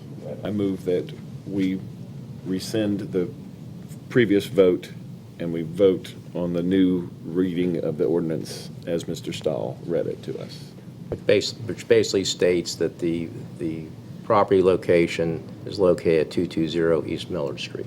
Correction of the address. Address. Is there a second? Second. Okay, motion is second. Any other clarification? You ready? Okay, Ms. Jennings. Commissioner Calhoun? Yes. Commissioner Fowler? Yes. Commissioner Hunter? Yes. Vice Mayor Wise? Yes. Mayor Brock? Yes. Sorry about that. Thank you. You bet. Thank you for voting. Which brings us again to Mr. Manley, who's here with Development Services to talk about the small cell concept. Thank you, Mr. Stahl. Good evening, Commissioners, Ms. Mayor. The topic before you tonight is in regards to the deployment of small cell facilities in Johnson City. If so directed, this information item will precede efforts to draft a formal ordinance covering this matter. There is a lot of ground to cover with this topic. It's a new and emerging topic, so if you'll permit me, I have prepared some notes that I would like to accompany this presentation. To begin, as a result of the proliferation of wireless devices and an exponential growth in the amount of data consumed by the average user and consumer demand for immediate access to multiple platforms and functions simultaneously, the wireless industry finds itself approaching a capacity crisis. Having determined that the existing array of tall and unsightly cell towers is incapable of handling the current demand, and that the construction of tens of thousands of more cell towers is an expensive and insufficient remedy, the wireless industry has decided that small cells are the immediate answer to its capacity problems. As part of their approach to increasing wireless speeds and building the next generation of wireless networks, providers are deploying additional wireless facilities. These deployments result in denser networks of transceivers that are sometimes referred to as small cells. In short, small cells are miniature versions of large cell phone towers. They are short-range cell facilities that work in conjunction with the provider's existing large cell towers to expand its network and to strategically provide localized capacity to areas where its consumers are concentrated or experiencing inadequate coverage. Unlike large cell towers, these small cells are being deployed on existing structures such as streetlights, electric poles, buildings, and billboards. Another emerging aspect of the small cell antenna is the role they will play with 5G service. 5G is the nickname for the fifth generation of data communication. 5G technology is lauded as providing increased capacity, greater network efficiency, and a decrease in latency. In other terms, it's faster. The 5G capable smartphones and other applications such as smart home networks, smart cars, smart buildings, et cetera, are in development. Here's a helpful quote from Gordon Mansfield, Vice President of AT&T, from last year. 5G will be a new device. Your existing device does not have the radio in it that supports the 5G radio capabilities. It's our intent to have an initial device by the end of 2018. We will continue to add to that device portfolio in 2019 and beyond, end quote. The network still needs to be developed. This technology would utilize small cell antennas because 5G uses a millimeter wave spectrum which does not penetrate walls, windows, people, leaves, etc. So it must be lowered to the ground and have direct line of sight with users. The 5G technology is still emerging. It's only present in a select few cities. Though some applications are out of the gate in select markets, expectations are that big applications will come into play by 2022. So the debate regarding the deployment of these facilities, small cell facilities, really comes down to how this emerging technology will impact our cities and communities. On one hand, the industry sees this as an opportunity to solve problems and make improvements, while residents and local leaders may see this as additional visual clutter that deters quality of life efforts. In a recent study by Next Century Cities regarding market research for small cell 5G deployment, they found that aesthetics was the #1 concern, as you can see on the slide here. So moving forward, it will be imperative that the city has some basic goals in mind, such as those listed here, as it moves towards the development of a small cell ordinance. This brings us to a major factor that will guide the development of local small cell regulations, the new Tennessee law. So over the last couple of years, the cell phone provider industry has lobbied to create uniform standards for the deployment of small cell facilities. Many states adopted such standards, including Tennessee. However, some states defeated the adoption of uniform standards in favor of providing more local control to cities. In response, the FCC then adopted federal law to create certain standards. According to MTAS Legal Counsel, while there are many similarities, there are some differences with the Tennessee law that are more or less restrictive than the federal law. This is the case with several states. There are lawsuits pending that will determine if federal law will supersede existing state laws on this topic. The Act does not grant unfettered authority to deploy small cells. Cities are permitted to adopt and enforce certain restrictions, permitting requirements, zoning regulations, approval policies, and/or other processes regulating the deployment of small cells within their jurisdictional boundaries. However, any limits, requirements, policies, or processes may not be more restrictive or in excess of what is permitted under the new law. The Act provides that small cells may be deployed on a potential support structure, or a PSS, or PSSs. The new law defines a PSS as an electric pole, light pole, traffic signal, or sign. The PSS may be city-owned or belong to a third party. A small cell may be deployed in one of 3 methods. Small cells may be physically attached or co-located to an existing pole or sign. Number 2, small cells may be incorporated into the design of a new pole that replaces an existing pole. This is referred to as a modified PSS or a replacement PSS. Or 3, the provider may install a new pole in a location which there is not currently a pole, and the small cell may either be attached to or incorporated into the design. A municipality may elect to implement an application process and to require a provider seeking to deploy a small cell within its corporate boundaries to file an application and to obtain approval prior to installing a new, modified, or replacement small cell. Any city that elects to establish and require such an application must ensure its processes and requirements are consistent with the new law. The new law sets application fees for the entire state. It provides a timeline for approval, which is 60 days in most cases. It also guides how denials must be handled, and it sets certain limitations on the development of local policies.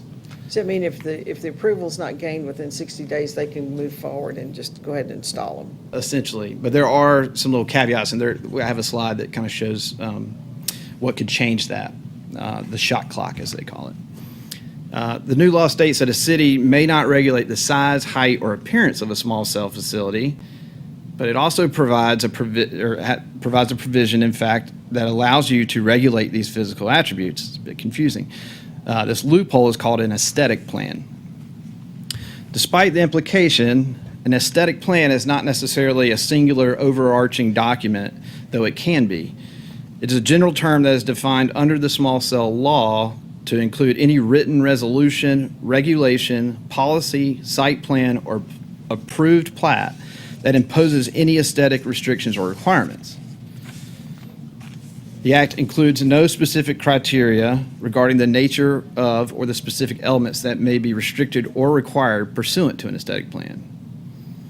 So, for example, a municipality's requirements concerning the color or design of street lights would constitute as an aesthetic plan, provided such requirements apply to all street lights in a designated area. A city's regulations governing the locating of above-ground structures, such as transformers concealed on a sidewalk, would also constitute as an aesthetic plan. Additionally, if the site plan for a development limited the number or height of vertical structures permitted in an area or required all utilities to be buried underground, then these elements of the site plan would also constitute as an aesthetic plan. The following list was provided by the National League of Cities. I know it's very dense, but it does outline various elements which may be considered in design standards. Additionally, with very few limitations, cities are permitted to require reasonable, non-discriminatory, and technology-neutral design and concealment measures in historic districts. So there's a little more autonomy given to historic districts. The Act permits municipalities to require providers to comply with undergrounding requirements, provided certain criteria are satisfied. In the case of Johnson City, we already require utilities to bury lines in new developments in most cases. We would simply make sure that all of our current standards are clear and apply them in an equivalent fashion to cell phone providers. So what would Johnson City's small cell ordinance cover, and what would it look like? Staff has identified these basic topics as the main factors that would be addressed in developing our local standards. The process would start with approval of right-of-way use. An agreement would need to be put in place to ensure that certain safety requirements are met. These standards must be non-discriminatory and be applied equally to all utility providers. The next step would be to determine the method of deployment and to explore what alternatives may be available to the provider. The preferred method for the city may be co-location, which places a small cell facility on an existing pole and does not require an additional pole in the right-of-way. Another preferred option is the modified or replacement PPS, which inserts a small facility in the same location as an existing pole by attaching or concealing the antenna in the design of the new pole. Hey, can I ask a real quick Yes. question? When we talk about city, we only own streetlight poles. We don't own the electric poles. Is this, from pictures I'm seeing here, this is going out and capturing the electric poles? It could be on any pole, and if it's in our right-of-way, they would have to come get approval from us. And if we have a certain standard of design, then they have to meet that standard. So all Whether the, it's ours or the Bright Ridge. Correct. or CenturyLink, I mean, the poles are owned by a lot of different people that we have out there for electric. And we have agreements with those entities to use our right-of-way. And so some of those existing franchise agreements, that comes into play. Covers anything that's in our right-of-way. Yes. Okay. And the small cells, what's the weight of those? I'm not exactly positive of what the weight is. There are certain standards for how big they can be. 6 cubic feet is the standard that's been set. You have poles right now that may be 4 feet in the ground, and then you put additional weight on them, and boom. Absolutely. There would have to be building permits, and they would have to be engineered. And currently, this type of request is approved by or is reviewed by our Public Works Department. And so our engineers, in conjunction with our planners, would work together to develop the ordinance and the standards. And safety is a top priority for that. The last method of deployment is the new pole, which is a standalone facility that places a new pole in a location where no pole currently exists. From our conversations with providers, this appears to be the preferred method from their side. So there's a little bit of discrepancy from what the city may see as the preferred method and what providers are lobbying for. The next topic covered in an ordinance would be the application process. The state has laid out these timelines that they have as standards, and there's some various activities that could change the timeline slightly. We would develop a localized process for how we would handle applications and what information will be required in our application, but the state has certain standards for processing those applications in terms of timeline and the shot clock, as they call it. The next topic would, in an ordinance, would be the design standards. At this stage, staff has preliminarily identified 4 distinct districts in the city that would have unique sets of standards based on context sensitivity. The most context-sensitive environments are our residential neighborhoods. The prevention of visual clutter and standards for aesthetic treatments would be at their highest in the historic residential districts. The combination of generally striving to protect all of our residential zones from development impacts, combined with an effort to preserve historic resources, would give this district the highest level of scrutiny. In historic districts, where design restrictions are already in place, the new standards would need to be adopted by the Historic Zoning Commission. Secondly, our general residential neighborhoods are also areas that would need to be protected from increased visual clutter. In fact, our current standards require that utilities be buried in all new subdivisions. Additionally, staff believes that deployment will be limited in these areas due to lack of density. Thirdly, downtown, or our B2 district, would also have very specific standards that need to be met in order to ensure that visual impact of new facilities is limited and that any new facilities that are approved will be compatible with the historic character of our downtown. This area will have the highest demand for new small cell facilities, and in fact, staff has already received inquiries from providers who want to locate in this area. The analysis of visual impact in this district would be critical, likely resulting in a need to co-locate in a manner that greatly considers visual resources, or to require modified replacement facilities that are compatible with the existing streetlight poles. The city's downtown revitalization plan provides guidance on what new poles should look like in regards to decorative bases, color, and height. The following comes from our downtown revitalization plan. Of the 3 styles of streetlights found in the downtown core, the period light should continue to replace the existing box and cobra head styles. The period light is a style of light fixture that is more representative of downtown Johnson City in its prime, which I would argue is ahead of us, not behind us. To simplify maintenance costs and reduce spare parts inventory, the same streetlight style should be used on all streets in the downtown core. Poles should be oriented at a scale that is pedestrian friendly and should be placed on both sides of the street. The current height of period lights is 20 feet. These lights should be replaced with the same style. However, the poles should fit the scale of the buildings and be oriented to the pedestrian. It is recommended that as lights are replaced, they are replaced with lights between 12 to 15 feet in height, end quote. So this is an example of how we have an existing plan in place that will influence the standards that we draft for the small cell facilities. Again, standards for facilities located within the boundaries of the historic district have to be approved by the Historic Zoning Commission. Lastly, our commercial corridors, they will have their own set of standards that recognizes the intensity of uses in that area. This would be the least restrictive district, most likely. The state standards could be the minimum standards imposed, though we do want to continue to provide quality experiences in our commercial overlay districts. These areas would need to be analyzed to consider view sheds and protect visual resources such as mountain views. So in summary, small cell is here. We have already had meetings with providers and requests coming in. 5G technology is just around the corner. Secondly, the state has already put in place certain provisions as it relates to this topic. And lastly, it may behoove the city to adopt aesthetic standards to guide outcomes and limit negative impacts. So I welcome your feedback and any direction you have on this topic. Are we going to be allowed by the state statute? I don't know when that got passed. It was- Last year? Yeah, April of last year, 2018. Are we going to be allowed to charge pole attachments from the cell providers? Are we going to be allowed to charge them? It puts, I can just speak from a Bright Ridge standpoint.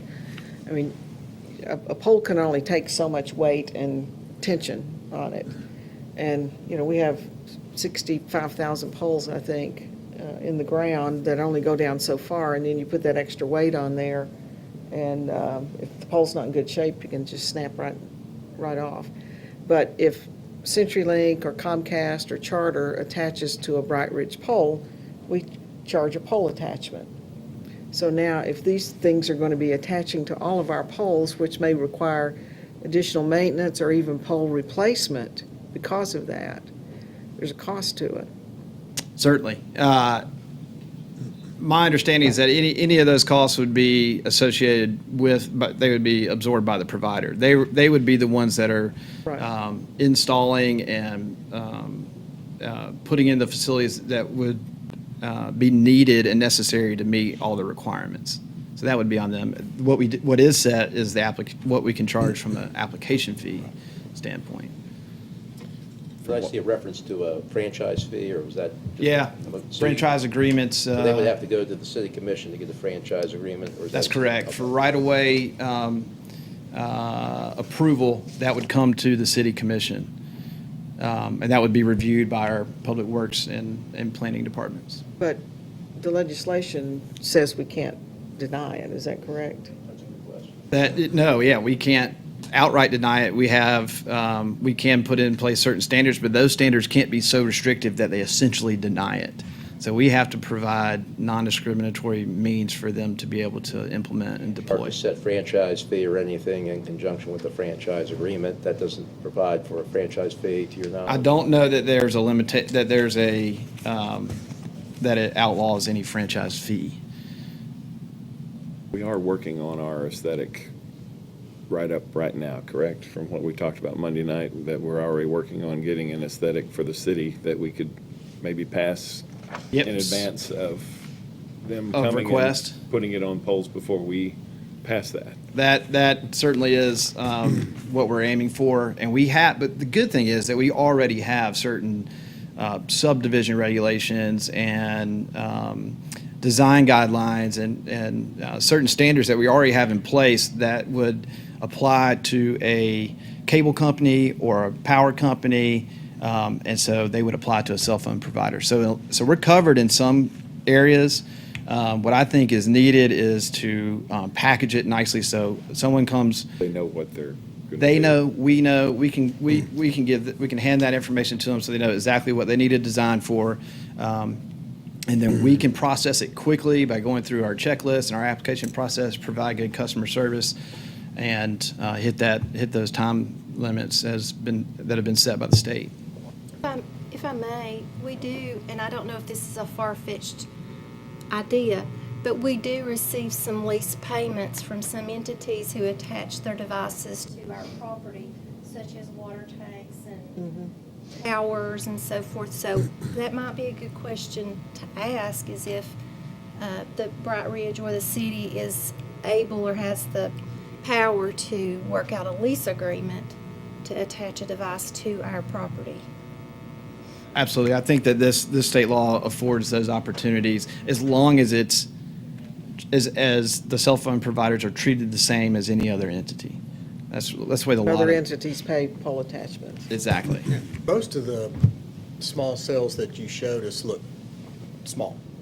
But then there was one That was strategic. He's really good at the, I mean, How big is it? Oh, about this big? It's six cubic feet, like 6 cubic 17 feet. of them on one But there was It's the one, weight. there was one that was just really a monster in there that, This one's not so hot. there was one that had a person standing underneath it there. Yeah, that one's not great. Yeah, so that was intentional. I put those two pictures beside each other. So that one's okay. It's kind of like, well, here's one without an aesthetic plan, and here's one with an aesthetic Okay, plan. good, So good it's kind of the call. idea there. Thanks for The catching right that. is what we would like. We want the one on the right. Right, exactly. so are you asking us to, I mean, it sounds like at this point, we've done this research to make the case that we need to have an aesthetic plan, but it doesn't sound like we're fast developing one presently, but could be if that was clearly the direction of this board. Yes, so we do have some Yes. protections in place, and then, but we are looking for direction to move forward with consolidating whatever standards we currently have and writing additional standards to achieve certain outcomes that we would bring back to you in detail. Because right now, in our historic district, for example, if we wanted to adopt the aesthetic plan, they would have to approve it. But absent the aesthetic plan, they can come in and do whatever they want in the historic district. They would still need approval from the. Historic. Yes, they would need a certificate of appropriateness to locate in our historic district. However, But how could they restrict it absent them having an aesthetic? We would have to plan? go to our guidelines and review those and see how it would inform that, the basis of that decision. well, I think we need to go back and find out under what conditions can we restrict or deny. Sounds like- Yeah, so that's pretty well laid out in the, well, it says it gives deny it. authority to the city to create these standards. And if it is, if one of our standards is contrary to a state standard, but as long as it's non-discriminatory, doesn't completely eliminate the ability for a provider to locate, the city standard will prevail over the state standard. Unique thing about these small cells is that it takes so many. Is that correct? I mean, just the number of them. Well, and from our meetings with providers, they are looking to, install a pole just for their customers. And so there's 3 other major cell phone providers. So I'm assuming they would all come to us and be looking for their own pole. And so we need to be strategic about what it needs to co-locate. They've got to work together to minimize all the different areas where these are located, try to utilize. And we're going to have a standard that says you need to, or we would like to have a standard that says you need to provide opportunities for all of the providers to locate in this spot. And if you can't, then you need to show us why it's not feasible. I think right now, you need to get to work. That's what I'm asking you guys for. As quickly as possible. You should not be standing at the Okay. podium, Matt. You need to get to the paper. Go in my office. I would think too that, getting with Bristol and Kingsport and see what direction they're going. TML, are they making any recommendations, to the cities? Yeah, so we've got Brentwood, Tennessee has one that is being kind of recognized as a quality standard by That have some MTAS. City of Chattanooga has a standard. So we're already looking at these existing ordinances. We don't need to recreate the wheel if we've got good things that recognize there's a state law, but then implements their own city standard. Though I do think we have some ideas that are unique for Johnson City. What's the time frame? I mean, when do we need to have this thing ready? I would say, I would come back in, a couple meetings, 30 days or so. Does this have to go through planning, or would it, The application review? No. the Policy recommendation. policy recommendation? It has to be reviewed by the historic Right. district. I don't believe it would be adopted into the zoning ordinance. I believe it would be a city ordinance, so it would not have to go through plan. That's my understanding. Do you need a motion, or you just need us to say? I don't think we need any formal motion. I think we just need Well, from a consensus. The chatter going on up here, I think Sooner the better. the Yeah, I kinda got the recommendation is message, proceed. Hey, great job Yeah. on the Okay. presentation. Thank you. Appreciate it. Yes, sir. Matt's our expert on small cells now. Okay. Whoops. Okay, yeah, so Director just informed me that because this deals with our right-of-way, that's the distinction of why it would be in our city ordinance rather than in the zoning ordinance. Okay. Yeah, Thank thanks you. for the clarification. Very good. Thanks, Matt. Thank you. Very informative, but, yeah. Okay, so we moved to item C. Is that- Item C was approved as consent agenda. Yeah, okay. I thought our meeting was going to be shorter tonight, but I just know, so you real promised. real quickly, if there are any kind of key things on the committees you serve on and want to update the commission on that, let's just take a minute to do that. Commissioner Hunter, you want to start? On the library board, I'm new to the board, obviously, so I got a great tour of the library and the inner workings and whatnot. Learned that they recently adopted or collected the entire Matlock collection for viewer pleasure, if anybody wants to check On that out. DVD or DVD, VHS? correct. DVD. That's what he remembers. She's like, and that's what he remembers. All that time, and that's what he left with. I can tell you more from our Rotary meeting than he's telling me right now, just to. No, but we did accept the retirement of, and I'll probably not pronounce her name correctly, but Miss Thayer Coleman, who was the previous interim director until we received Miss Turpin. And free tax assistance is going on right now for Johnson City residents. And overall, it's just amazing to see from whatever age group you're in, what our public library has to offer in programming. In fact, my wife and daughter went the other day and realized my youngest could read to animals if she wanted to. So, They come to the animal shelter and read. yeah. Yeah, which is good.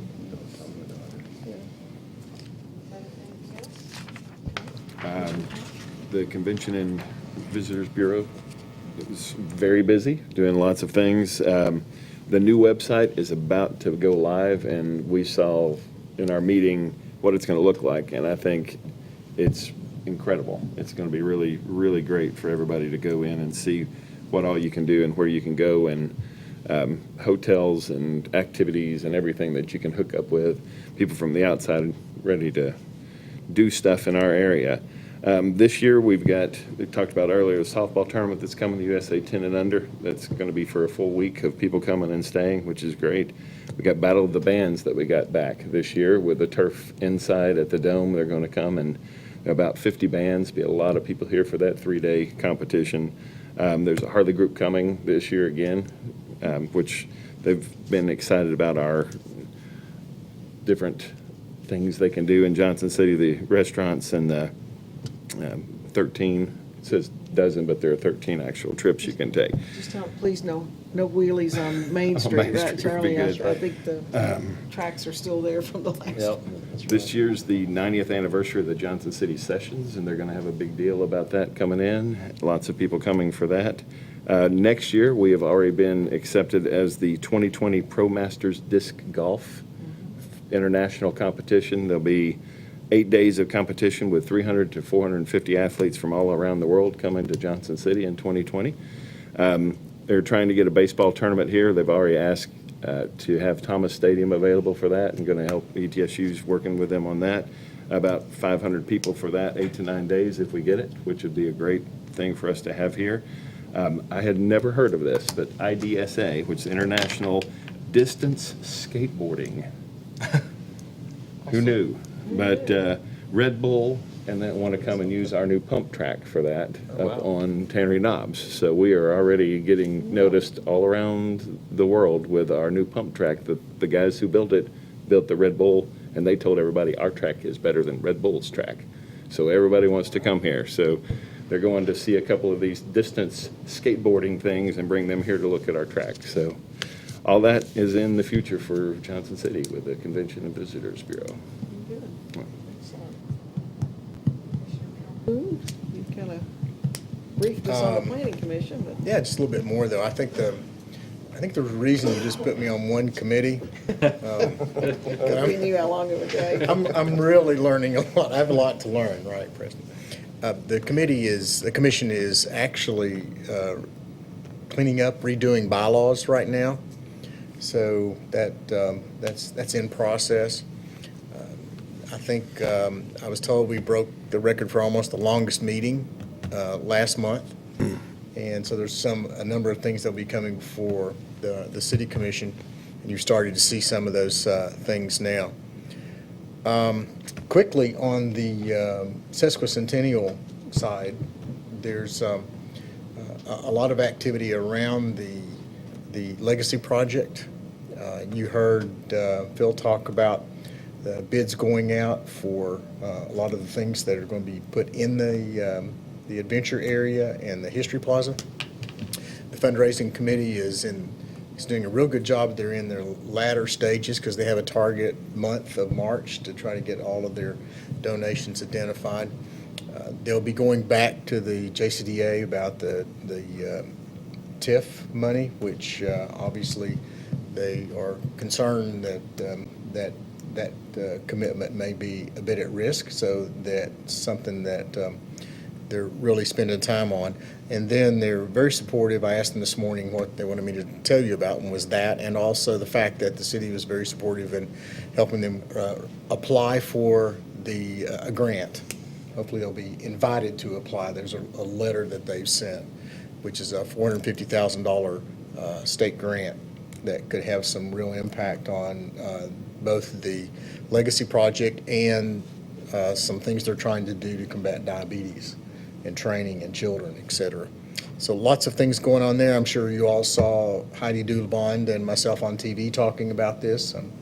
And we've gotten a lot of feedback from the media's support. Last month was Education Month, and I think our students in Johnson City did a fabulous job of all the things they did about the 150th birthday of the city. So it's March, and the birthday's coming pretty quickly, so keep an eye on the website. Good. Vice Mayor Wise. Serve on the JCDA. The JCDA has not met since the infamous county commission meeting, so we will meet tomorrow morning. Contrary to some reports, the county commission was not voting on whether to move forward with the potential acquisition of the Sevier. They were merely voting on whether TIF would be in play, so it isn't an impossibility. It just is a little bit more complicated. And for those who may still be wrapping their minds around TIF, the taxpayers are being asked to give up something they do not have, the difference, the appreciation, in exchange for incentivizing repurposing old buildings that are otherwise economically not feasible projects. So it is a worthwhile tool. I've voted against TIFs and I've voted for TIFs. This one is one that merits favor, and I think it's an important project, and there's still life in it, and we'll be meeting tomorrow and mapping out next steps. Very good. Any questions on TIFs? I had something I was going to share. Commissioner Calhoun, the marketing department put together the phonetic spelling of sesquicentennial on little stickers now, and I've spoken to 2 groups, actually 2 even today, and I would hand those out, and it's a great icebreaker if you've got a group you're speaking to, and kind of all at the same time we say sesquicentennial. So anyway, I have several things. I'll try to get through them, fairly quickly. I think everyone saw that Bright Ridge stepped back from the project over in Elizabethton, and the basis of that was, we had mutually agreed on a methodology to do the valuation through a third party of the system, and the valuation of that then was just not looked at by Elizabethton as that's what it was, and so it was so far apart there was no need to continue that. So, we hated that, but we gave it a good effort, and it would have been something that I think would have been of great value to both systems, but we'll move forward. Bright Ridge is actively, and you will start seeing, you've probably already seen trucks around town that says Bright Ridge Broadband. And so the implementation of the fiber side of the broadband is starting in the city and downtown Jonesboro all at the same time. And then the fixed wireless in the county areas, the unincorporated areas, is also simultaneously. So there'll be another little fixture on a pole, but it's just a small little thing. But the fixed wireless has just a lot of promise and opportunity out in the rural areas where broadband is, I mean, believe it or not, there are still some families on dial-up in the lower areas of the county. So we're going to bring a lot of value, and even the bandwidth of the fixed wireless is fast enough and big enough for home businesses even out in the rural areas. So this is going to be a great asset to our area as we, see a change in more home businesses and things like that. I also serve on the animal shelter with Bob Wilson back there, and Bob's been a great addition. He took Charlie's place. Thank you, Charlie. I was gracious to hand it over. But Bob's Took one for the team, did you? Bob's financial acumen has been really good as we've kind of stabilized the animal shelter and stabilized the number of pets. And we still, folks, will have between the animal shelter and the Humane Society, we will probably have over 6,000, let me say it again, 6,000 abandoned pets in Washington County. And so you're going to see, and we're going to be bringing to this board, and we're going to do a lot of work with you beforehand to bring a spay-neuter ordinance and an anti-tethering ordinance.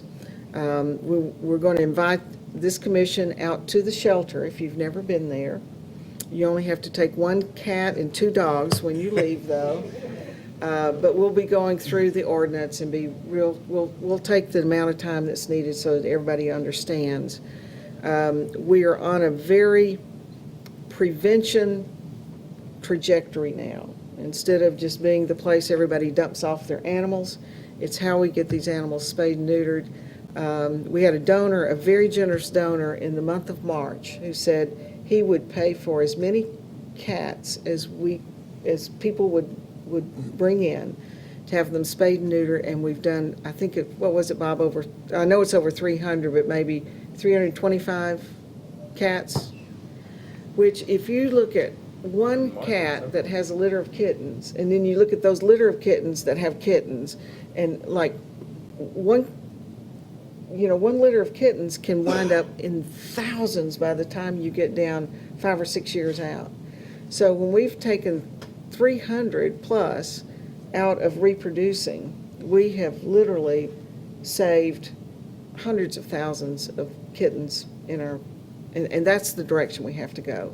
The Northeast has very strong spay-neuter ordinances, and in fact, we have shipped about 150 of our dogs to Maryland that has strong spay-neuter ordinances that don't have excess dogs. And so we ship them up there for adoption, which has been great. So we have to reverse this thing and put the onus on the pet owners that they have to be responsible. So we'll be bringing that to you, and we're going to do that and have you out at the shelter. You may have read in the paper today, and of course I'd let y'all know I was in Nashville on Monday and Tuesday at really kind of 3 different meetings. The first was the Tennessee Development District that has their annual meeting down there, and the mayor is always an ex officio member of the First Tennessee Development District, and so it's all the mayors of, I guess it's the first congressional district, thank you. So numerous mayors down for that. The second thing was the Economic Development Council, EDC, Economic Development Council, is that what it is? Commission. Held a mayor's conference on economic development where the commissioner of the EDC spoke, and also we got to meet the new commissioner of tourism, and he's actually a very impressive person. The first thing he said when he got up is, "I know nothing about tourism."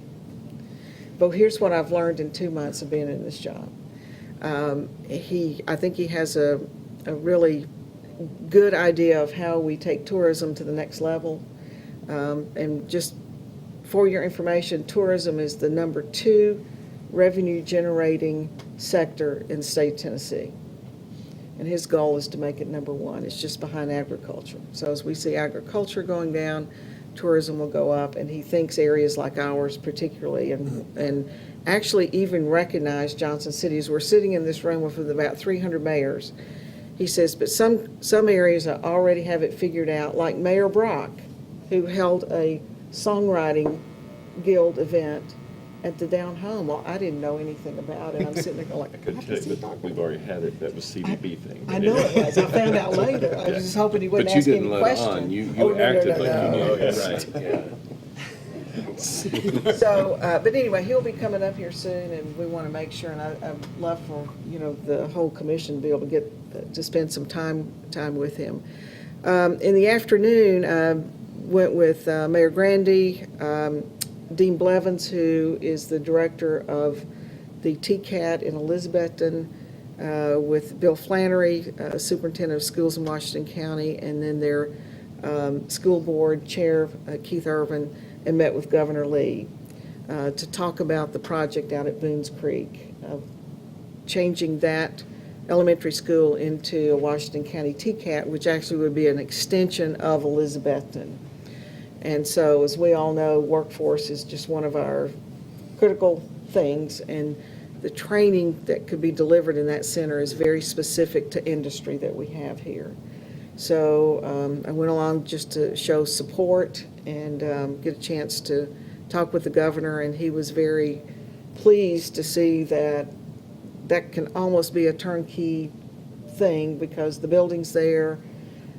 Even Dean Blevins has equipment in advanced manufacturing that they can't even use for training because they have no place to put it. So this would be a great opportunity to work with individuals in our community. We know some of our own manufacturing's going to be adding new lines that includes robotics. And so, being able to train our folks here in that would be terrific. A couple of things. Y'all know Dr. Wood brought about a request for us considering being a child-friendly city. Last week, AARP contacted and I met with them, and they would like us to become an age-friendly city. But both of these things kind of fall in the bucket of people, in our community. And as we do our strategic planning, I think we just kind of look at how we might position things like that. Lastly, I did meet today, and I think Charlie brought this over. We're going to have the managers and of Boyd Sports that'd like to come over and meet with us and just kind of talk about the long-range plan on Cardinal Park. We'd heard about the stands and things that might need some remediation. Some of that's changed with the civil engineering project that's been done. So they want to come and talk and just kind of look at the park in general. I think that's a good idea for us to do that. So anyway, that's been my list. Any other questions or anything, folks? Anything going on coming up in the next 2 weeks? No rain, please? Okay. Spring break. Oh, that's right. Next week is spring break for the city schools and for ETSU. And a wedding down here, Who's right. getting married? Oh, Get ready to write a check. already done. Already halfway there. Right. All right, folks. Well, good meeting. Thanks a lot, and meeting adjourned.